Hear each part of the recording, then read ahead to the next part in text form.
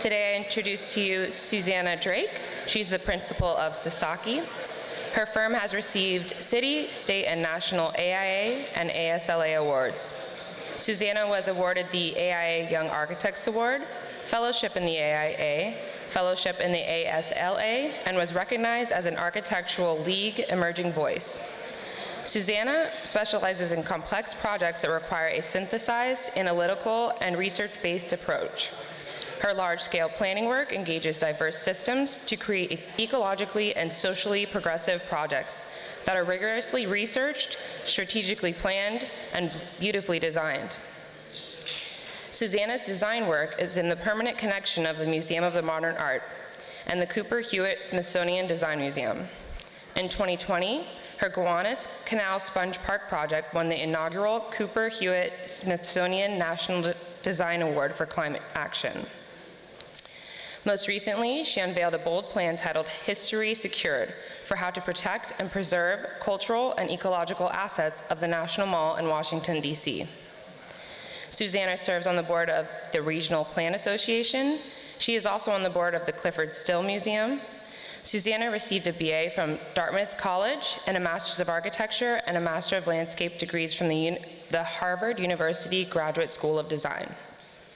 She splits her time between offices in Brooklyn, New York, and Denver, Colorado. It is my pleasure today to introduce you to Ms. Susanna Drake. Thank you.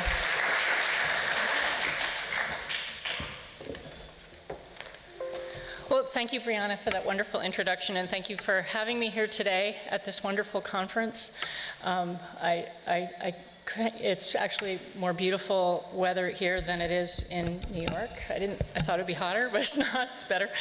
As Brianna suggested, I'm a registered architect and a registered landscape architect, and I work across disciplines. I've been doing that for longer than I'd like to admit. But my talk today is titled Coastal Urbanism and the Geophysical City, and the talk explains an evolution of my interdisciplinary design practice working to integrate natural and social systems.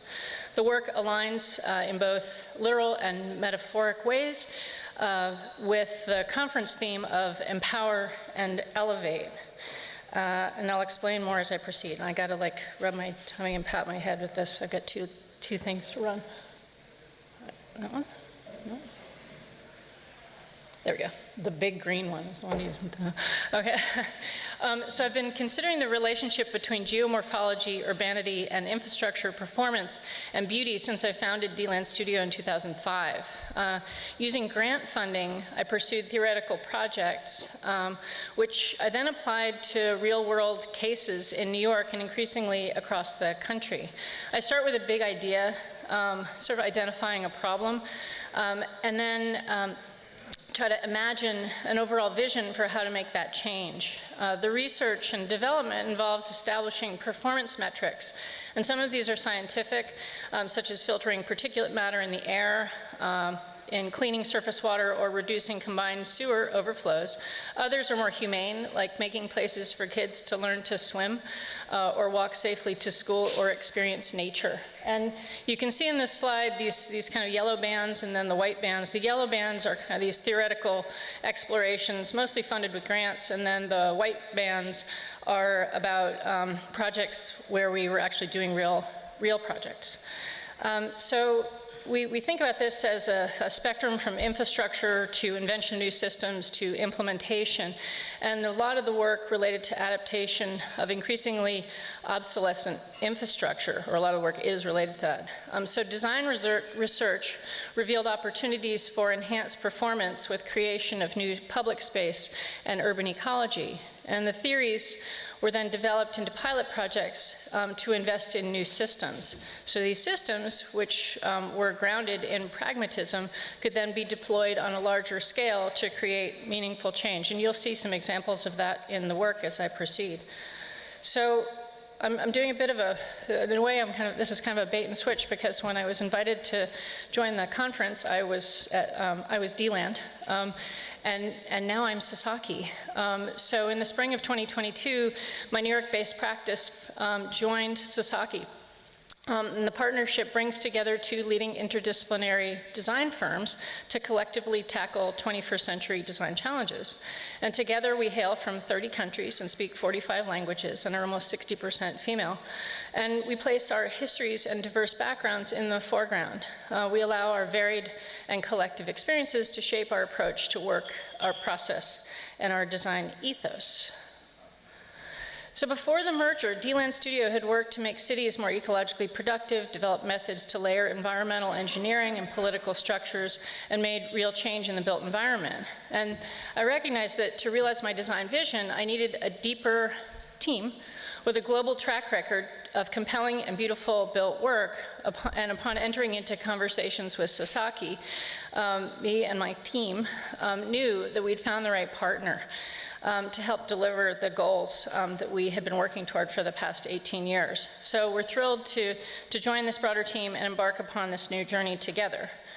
So, and I'm really excited to now have projects like our Chicago Riverwalk in our portfolio, and this was definitely a lure for me, having these amazing public spaces. Come on, advance. So, sorry, it's not advancing on my computer. So. Okay, there we go. And, oops, and then, let's see, okay, good, we're on the right side. So, and then attending the AIA convention, I guess it was last month, I knew I'd made the right decision. I hung out on the Riverwalk and just, it's such an incredible space. And then, okay, there we go. With 350 people in offices across the country and abroad, the merger is giving me a greater opportunity to work across disciplines and realize these big visions. And this means, we have planning, we have ecology, architecture, civil engineering, landscape architecture, and community engagement, urban design, environmental graphics, and so much more. And I'm going to skip faster now because it isn't supposed to be an ad about Sasaki. It's supposed to be about this work that I'm here to talk about. So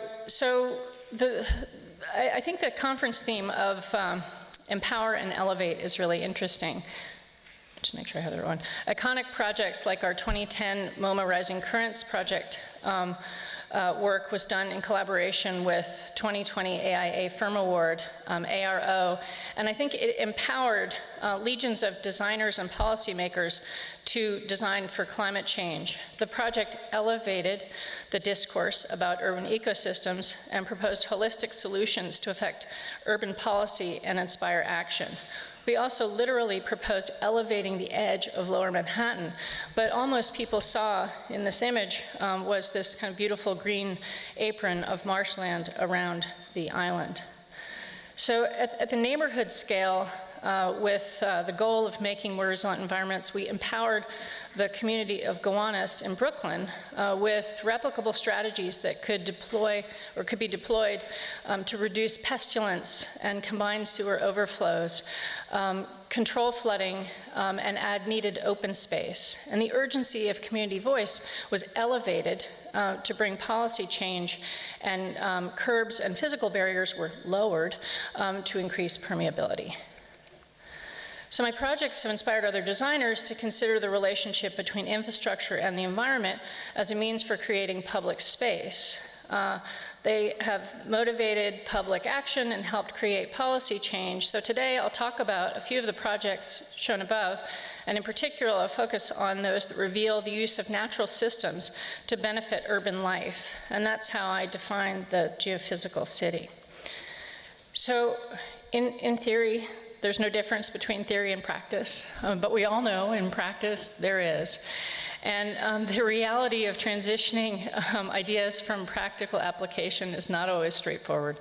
And I learned this the hard way through our Gowanus Canal sponge park, which I spent about a decade working on.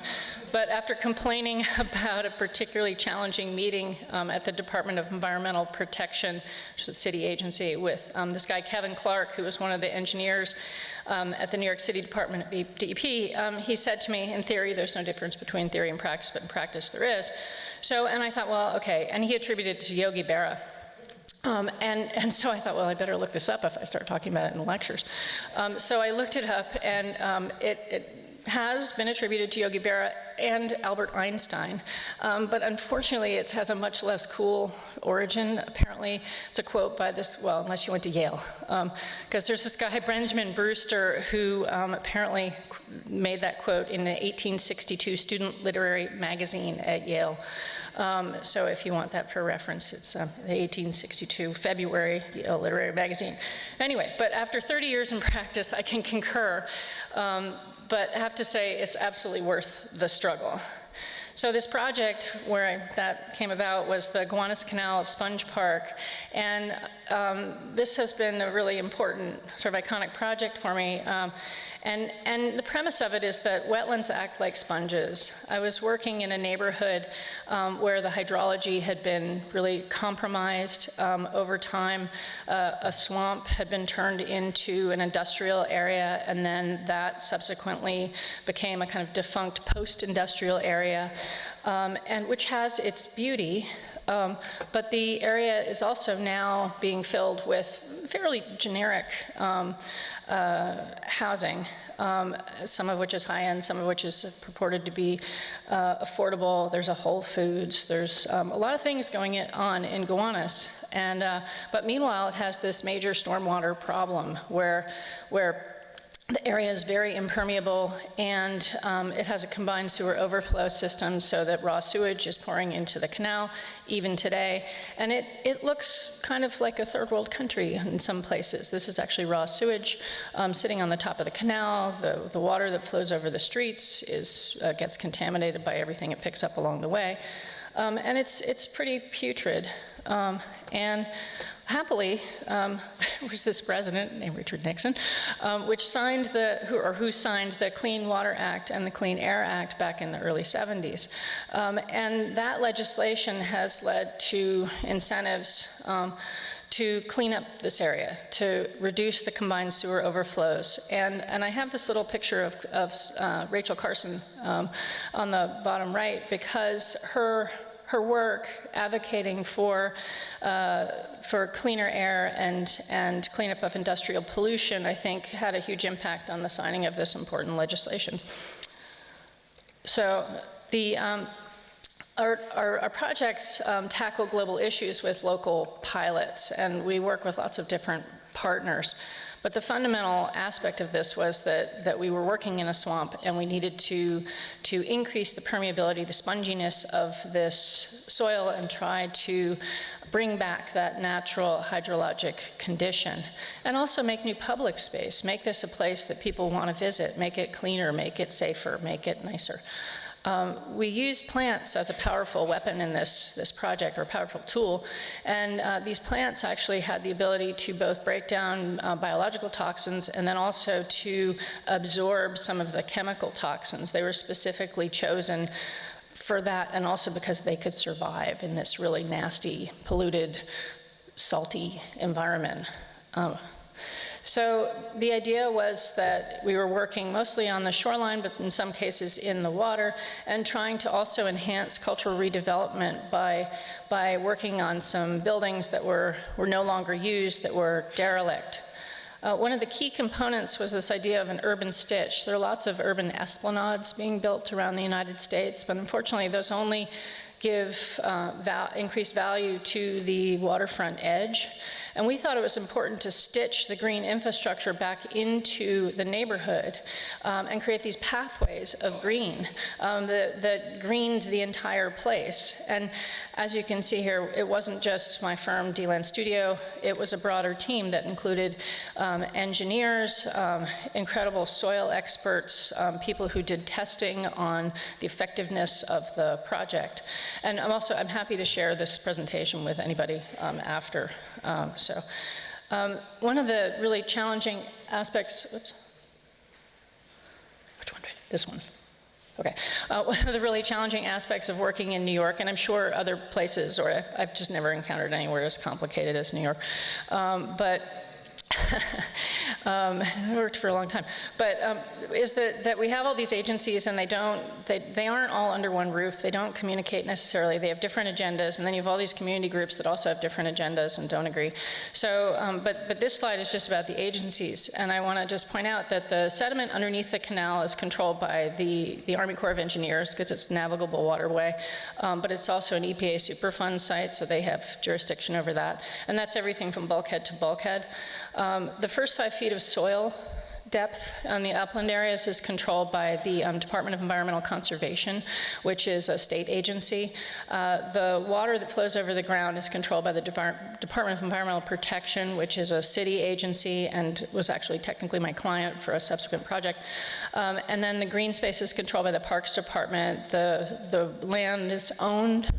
The public land is owned by the Department of Transportation. The city planning controls benches and backs and shade. And then also, even like the shade over the water is controlled by the DEC. And there are about 200 permits you have to get for any waterfront project in the city. So it's a challenge. But as I said, it was worth it. Because we ultimately developed this pilot. I applied for a number of grants to fund the pilot. It was for a street end. We calculated the water volume of all the streets in Gowanus to sort of decide which site in which to operate. And we built this pilot. And I'm just going to show you how it works with this little video. I can get the video to work. Here we go. Okay, so this is the existing condition. There are these bioswale, or these not bioswales, there are these just green spaces on the side, but they had curbs, so water couldn't go into them. So we eliminated those, and we put in these street swales with a notch so that the water could flow through. And then we created these bioretention cells, and I call them cells because they were all interconnected, but it was really just about the method of construction and how we were going to fabricate the thing. We have an integrated sidewalk sedimentation basin, so all the water that collects all that crap going down the street gets collected in that sedimentation basin before it can go into the green spaces. And then there was an extra sand filter and an existing drain, and that was important because that would have been another whole permitting nightmare. So when the water comes down, it flows into this basin, and it collects there. And that's something that can be cleaned regularly by the DEP. It's pretty big. And then the water flows into these cells, and they are planted. The green is representing plants. And then if we get more than the 1.2-inch rain, which was the design load we were allowed to use, the overflow will go into the sand filter and then into the canal. And ultimately, the idea is that this will become an open space that's where the plants grow, and it becomes very lush and green and nice, and provides important access for boating, believe it or not, on the canal, and that people will come and use it and become a piece of activated green infrastructure for the city. Okay. There we go. Okay, so the construction of it was really important, as it's not really that normal to do a bioswale using precast concrete, but I thought it was important to control construction quality, and I'd had some issues with other pilots that I'd done where the quality wasn't what I needed it to be. You know, landscape tolerances are a lot lower than architectural tolerances, and the contracting, you know, it can be yeah, that's right. So it was really important to understand that and control that because this really needed to work. And so we built it with these big, giant precast things, and we joked that it took 8 years for us to plan it and 8 weeks to build, which was also great because the water there goes like up and down all the time. There's a tidal influence of about 9 feet.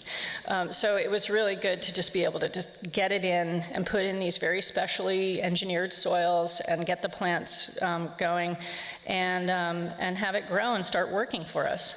So, and then the project ended up leading to a number of different projects on the site, not necessarily aligned with our master plan, but well, they were aligned with our master plan, but they weren't directly coming from the master plan. So this is just a list of different things that we did in the area. And in particular, this really large one, which was, the city was kind of slow to act on adding permeability to Gowanus, and they also approved a huge amount of new development in the surrounding area. So there's this increased load of stormwater.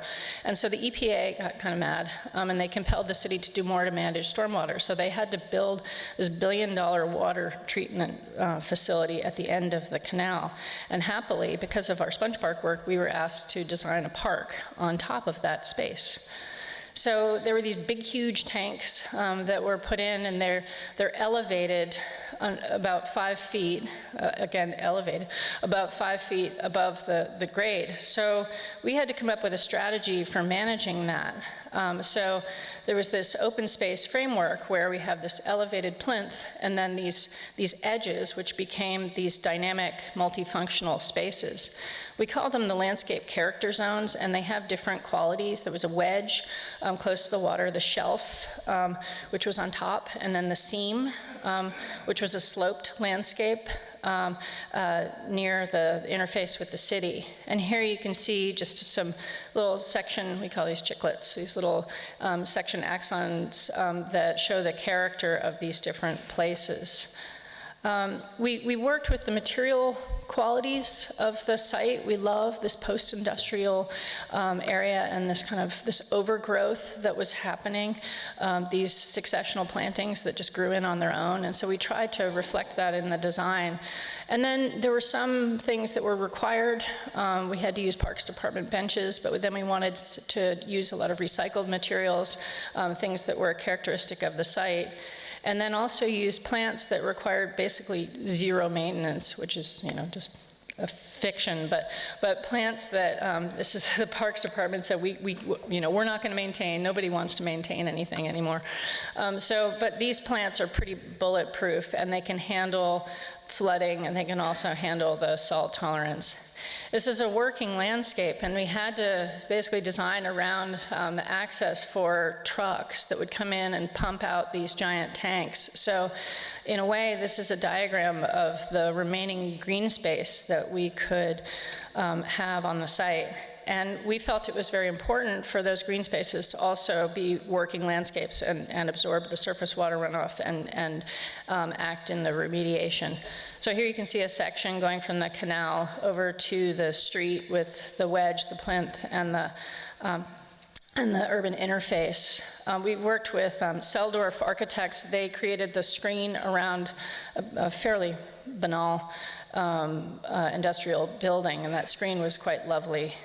We had to think about how to get access and sort of ease those edges up to the site and create this kind of softer edge along the street. And then also incorporate, just going back to some of the materials, just incorporating these materials to get a place that really felt like Gowanus. And this is just a final rendering of that area next to the waterfront. With that overview. So that has been kind of a really interesting journey in Gowanus. And I wanted to talk next about some work that we've done in Florida. And there have been cycles of theory and practice here as well. So we did that 2010 Rising Currents project, which I talked about, and afterward, we had Hurricane Sandy 2 years later, and I got a lot of calls from the press, and one was from Metropolis, and we had also been working on some research on coastal environments, and because the MoMA project was so important to us. And so this is just an image that I'm sure you all know, given that you're in Florida, of hurricanes, and each line is representing the path of a hurricane. So what we were doing was thinking about the relationship between habitat and these pathways and how we might start to adapt edges with various green strategies. So Just make sure that's right. So in Miami Beach, we came up with this was very theoretical at the time, but we came up with this idea for how we could use the mangrove ecologies to make a different kind of coastal condition, looking at the economies. So trying to relate an economic motivator with an ecological motivator, and thinking about the tourist economy and the impact on that tourist economy, and then coming up with various sort of prototypical sections that could be applied to this zone, and then putting them together into an example. So as I said, that was more theoretical, and then we, a few years later, actually about a decade later, were asked to work on the resilience for Miami Beach, and specifically the historic districts.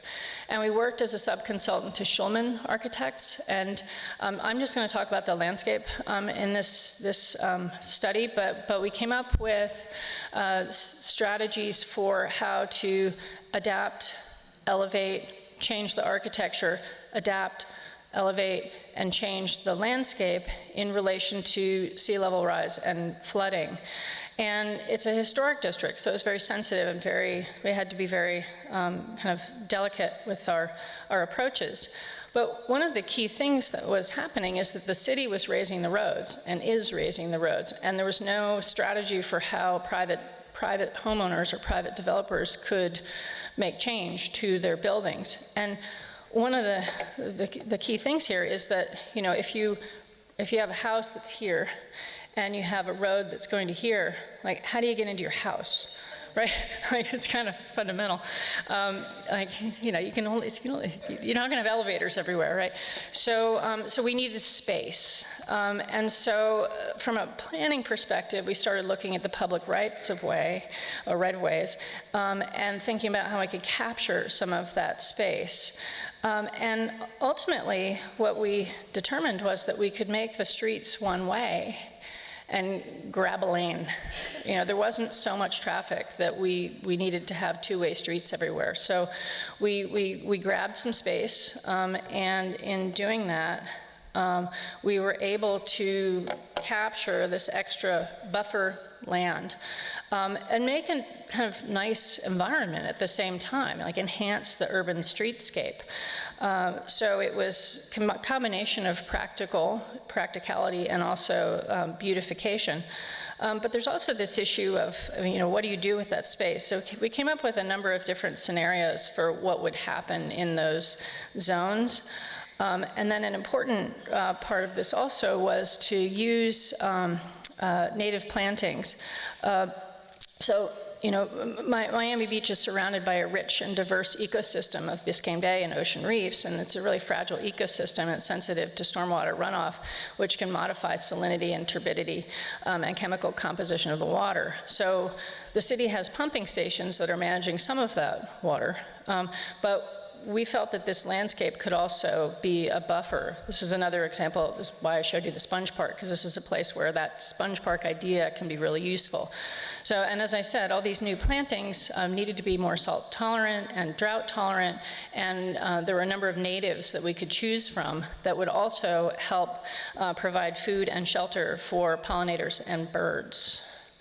And then one of the really sort of, I personally think kind of clever things that we did was, I was thinking about how the tree canopy there is so beautiful, like these huge, gorgeous trees, and that if we're raising the roads, you know, we might lose that canopy, and to get a canopy like that takes time. So I thought, well, let's make elevated planters, big, huge elevated planters that can accommodate, you know, a big tree.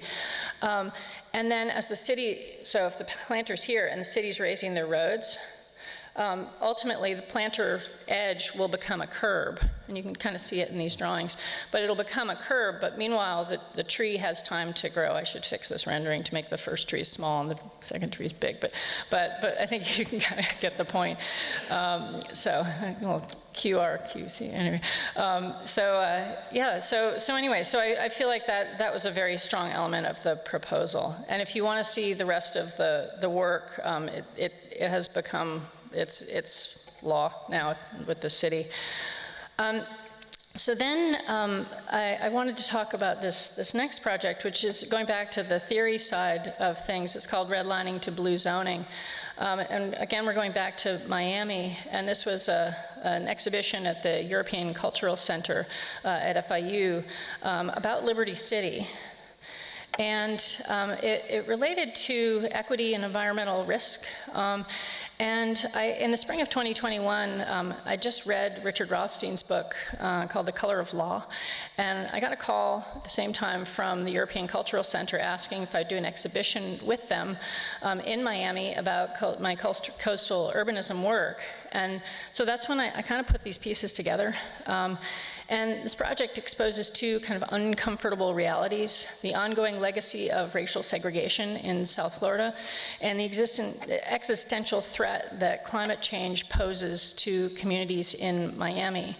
Now the work, my interest in this area came about in 2013 when I was the Sejas Scholar at FIU, and Roberto Rivera and I did a studio together, and this was our site.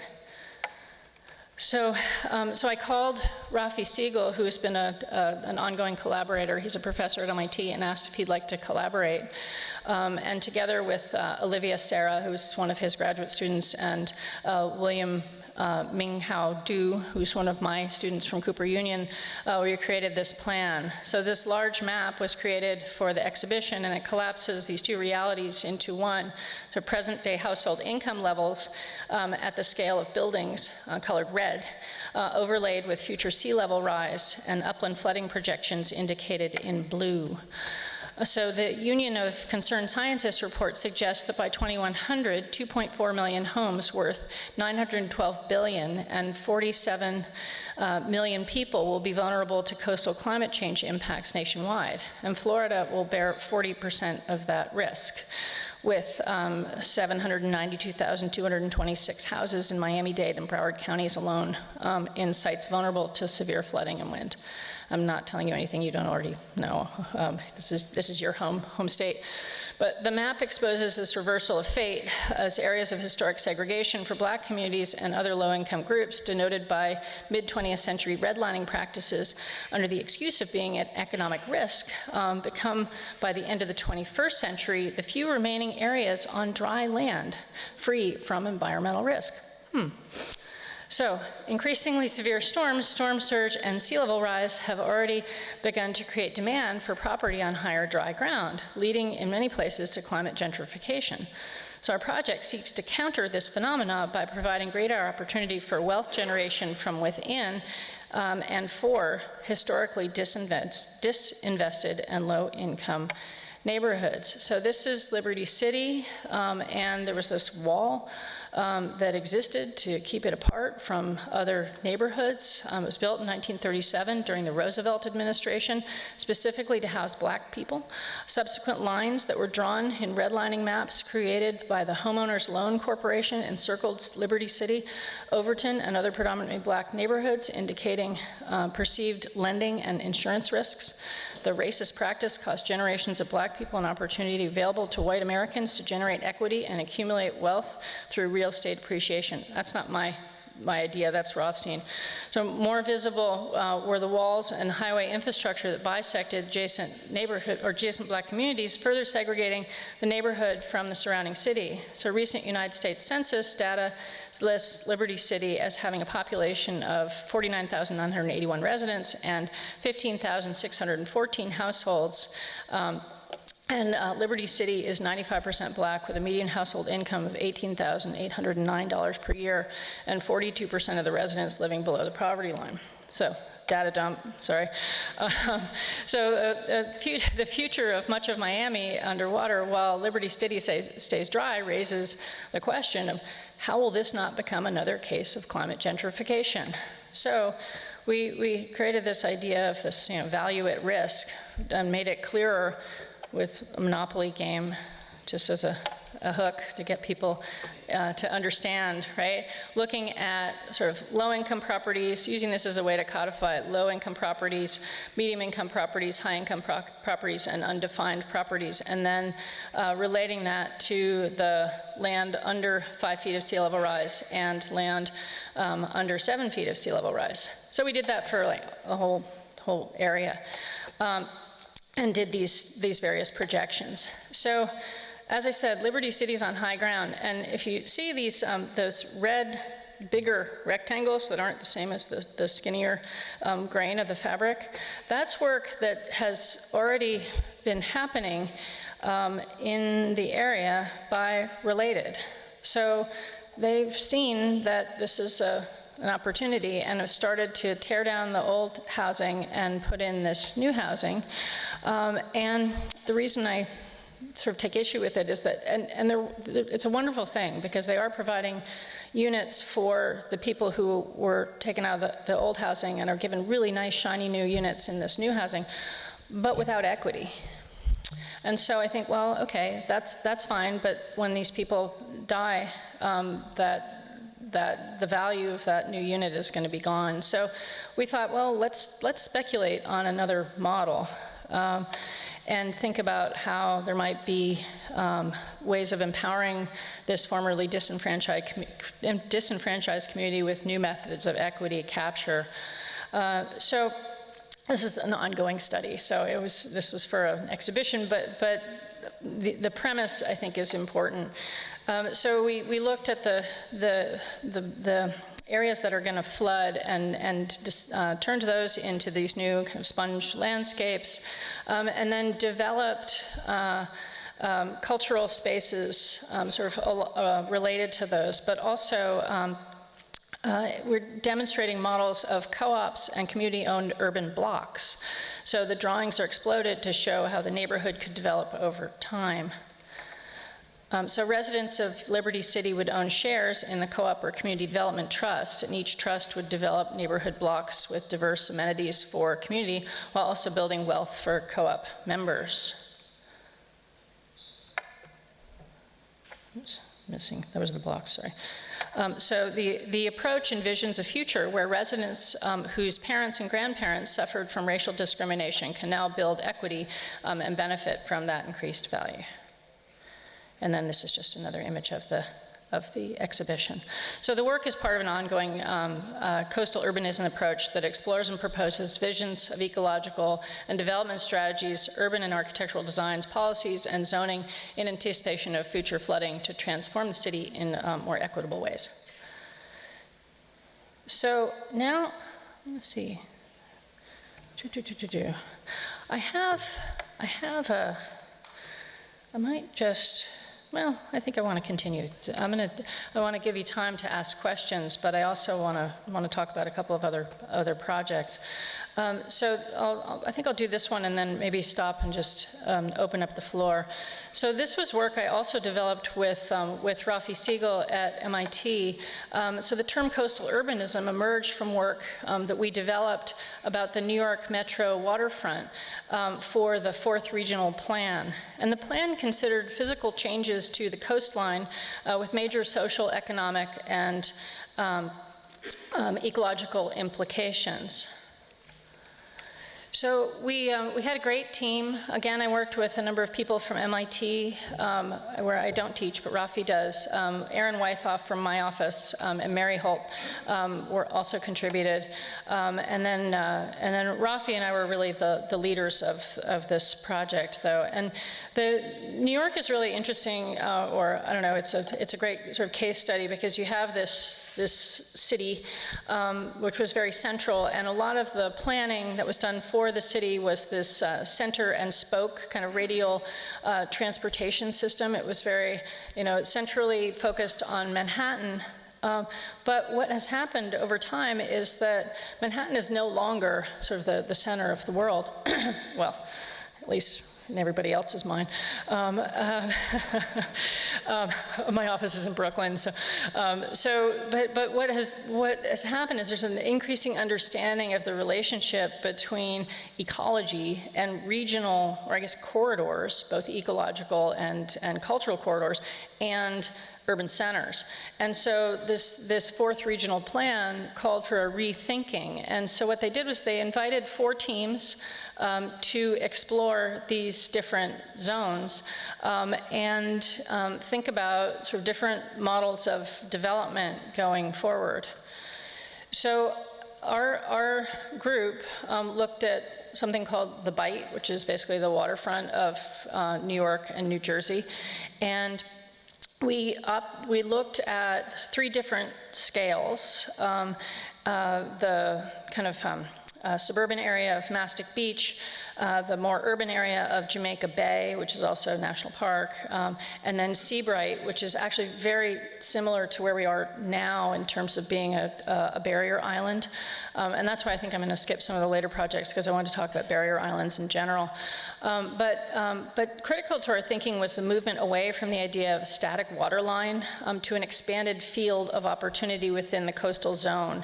And in this case, in the case of the 4th Regional Plan, this included opportunities for clean energy, recreation, conservation, and habitation. So coastline is a misnomer suggesting a static line, and coastal zones shift and move in geologic and human time frames.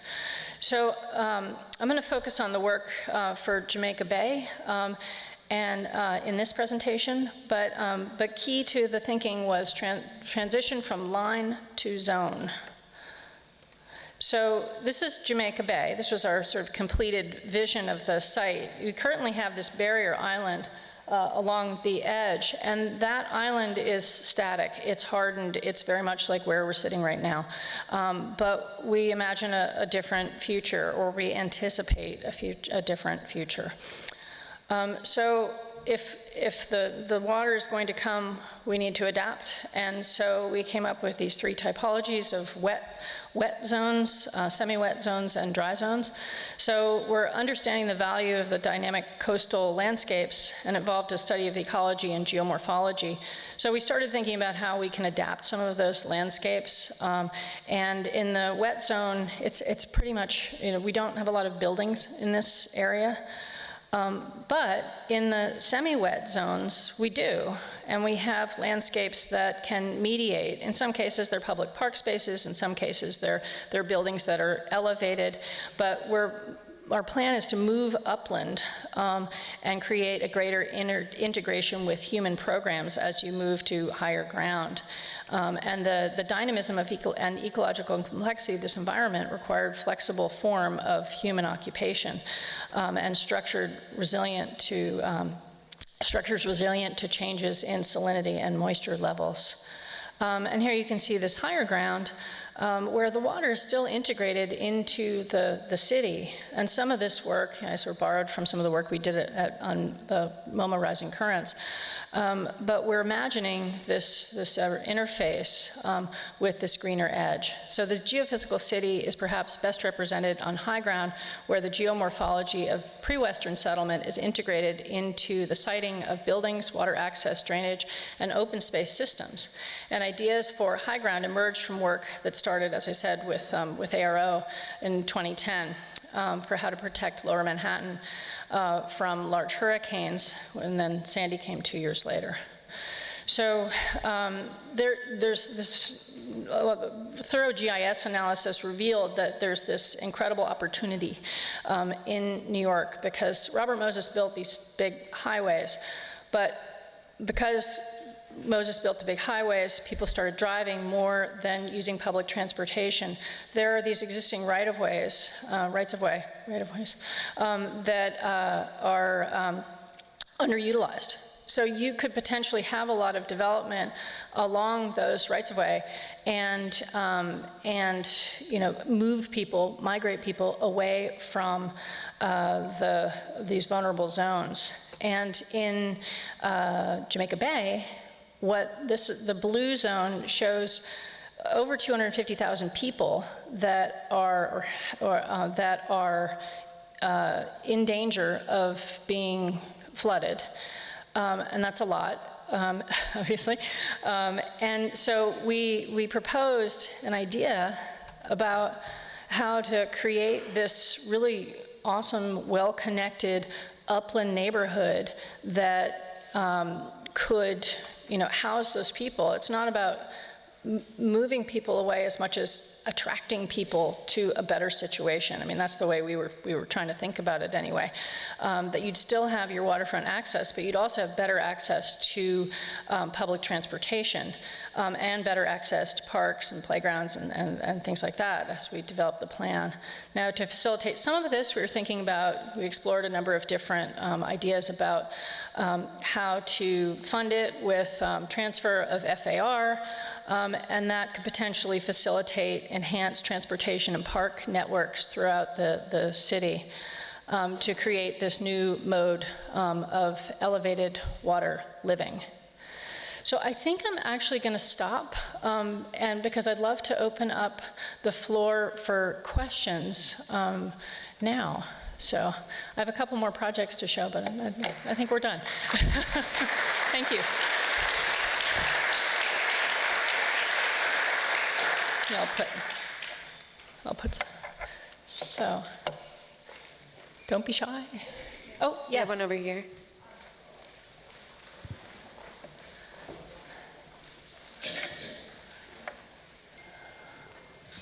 Hi, good morning. I have two questions. The origin of the name Gowanus is number one.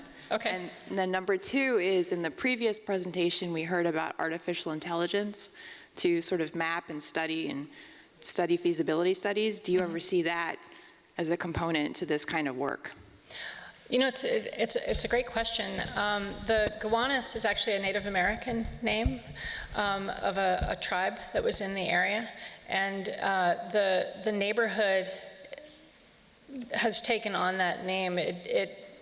There used to just be the canal, and then there were these kind of ambiguous zones that didn't really have names. The neighborhood was sort of had appropriated like Park Slope and Carroll Gardens, but Gowanus is now like seen as cool. It's become a kind of artsy area, so it's owning its name. And then in terms of AI, we've done some work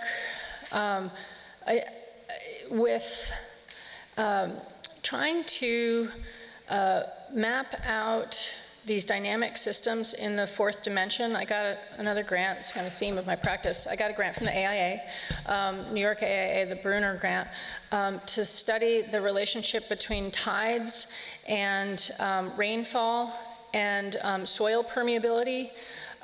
Because also when the tides are going up and down, the water table is also raising and lowering, right? Elevating and so, but meanwhile we have these regulations which are based on much more static metrics. We're allowed to design for a 1.2-inch storm, which is the 90% storm, or used to be the 90% storm in New York State. Now the rainfall is much heavier, but we're not allowed to design for a system beyond that. So I was using this Bruner grant to develop new models for how to kind of work with those dynamic systems. And the ways that we were doing that research like 4 or 5 years ago were pretty archaic in a way. I mean, we had to abstract point data into surfaces in order to make the computer modeling work without sort of overwhelming or just having an overwhelming amount of data. So, I think there could be possibilities for kind of being a little bit more sophisticated. But I think one of the things that I've found is that in my practice in general is that it's important to reconcile the super awesome technology we have with some really kind of dumb basic thinking. Like the way that we saw the potential of those elevated train lines was through looking at a map and looking at the GIS data, and the person who was doing the GIS data didn't see it because she didn't have the kind of experience. She was a really amazing person in terms of that GIS mapping, but didn't sort of put the kind of the layers together. So in order for the AI to be able to think, it's going to have presumably have somebody that inputs that recognition. But hopefully, I don't know. Hopefully, there's possibilities. But yes. Hi, I'm a Miami architect, Jackie Tuzé, and I just want to say thank you so much for your work and the incredible ideas that you presented. And I also wanted to ask you, is there anything happening with the Miami study that you did or is there anything that we can do as Miami architects to continue? I noticed you said that some of the work you did in Miami Beach became part of the code, and I'm aware of that because I do work in Miami Beach. But is there anything happening in Miami? Are they taking any of the ideas that you've had or presented, and how can we help? How can we? Well, I haven't necessarily seen that research moving forward, and I probably should push it more. I'm happy to make it available to others. I mean, to Florida AIA, or Miami AIA to. And I have one last question on that study. Did you consider, because when we've done work in these areas that have been traditionally redlined, a lot of the issue is that the original residents don't own their properties. There's no equity to be had because a lot of it, unfortunately, has been land banked. And we have a huge problem with renters not having, in the discussion of resiliency, they have no rights, and there's no plan for them if they are in lower-lying areas to have any kind of plan. Right. So I think that we as a community need to really advocate for those people and to make sure that these kinds of plans start to find their way into a master plan for our cities. Well, and I think, when I was doing the research on how the Related deal happened, it looked like they got the land for like $1. So they got equity. I mean, a lot of it is about the deal and having the community development trust set up to be the Related instead of Related being the Related. I don't have anything against Related, by the way. I just they just happened to be the firm that did that work. But it's not as if they paid a lot for that land. And they did a great service in providing housing for the people that are there, but again, it's a rental model. So it's just perpetuating or just extending the problem instead of creating a solution. And so that's kind of why I did that theoretical proposal, because it's a lot easier to do it in theory than in practice, right? So now maybe the theory will lead to some practical change. Maybe that can lead to policy change. Yes? Having started my firm in Manhattan, You know the pain. I'm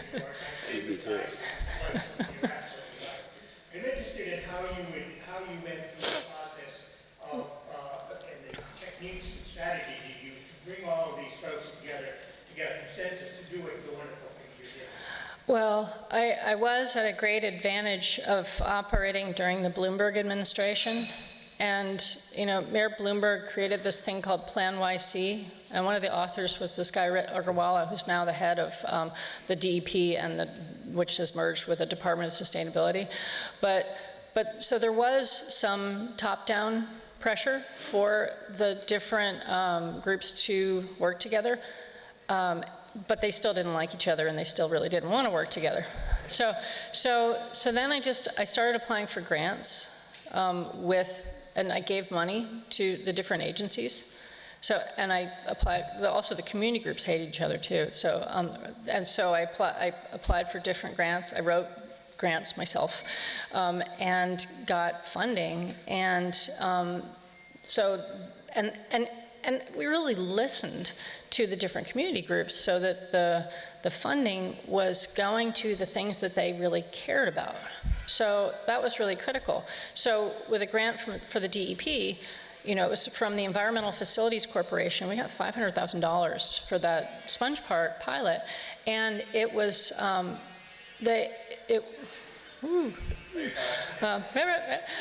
So it was, it went directly to the DEP, and so they were incentivized to create this as a pilot and make it work, because then the state might give them more funding for future projects. So anyway, so it was. Did you get the support from the community groups eventually, so you're getting top-down and bottom-up support? It was a combination. We got community support from the city council. So we got a big chunk of money from city council. So that was through 2 community board reps. We got money from Congress. So we got money from grants from the Environmental Facilities Corporation, from the New England Interstate Water Pollution Control Commission, from the Department of Environmental Conservation. I wrote all these grants. And we got even from the New York State Council on the Arts. So it was an absolute combination of things. And I think it was a lot of involved a lot of communication and a lot of time and energy. And I made little sponges. I handed them out. And it was like, it was fun. So yes. Yeah, quick question. Thank you for your work on Gowanus Canal. I grew up in Brooklyn, and it was a place where we never went to, because if you wanted to grow up and have children someday, you just didn't go near that place. But thank you so much for that. I hear you. My question is simple. Did you, in your studies and the work in taking a look at highways and eliminating lanes of roads, did you take a look at time horizon between the time evolved in sea level rise and the time that would take for the elimination of the automobile, and how much land that would make available at a higher level? Was that ever incorporated into the study? Yeah, that would be a good next diagram. But no, I actually haven't done a lot of work on the elimination of the automobile as much as I would love to do that. I think it's very possible it's happening, and there are alternative means of movement of people. And in fact, maybe people won't even move so much anymore, because if we could find a way for them to live where they work and that kind of thing, this whole concept of drive till you qualify will go away. And I think that would free up a great deal of land. We just read the book Galapagos by Kurt Vonnegut. Maybe we'll all be swimming, right? But that'll be in a million years. Yes.